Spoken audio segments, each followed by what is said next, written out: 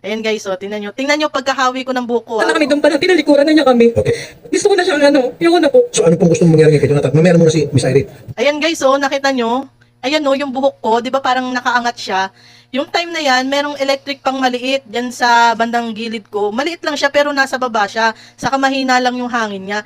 Pero tingnan mo naman yung buhok ko, yung pagkahawi ko ng ganyan.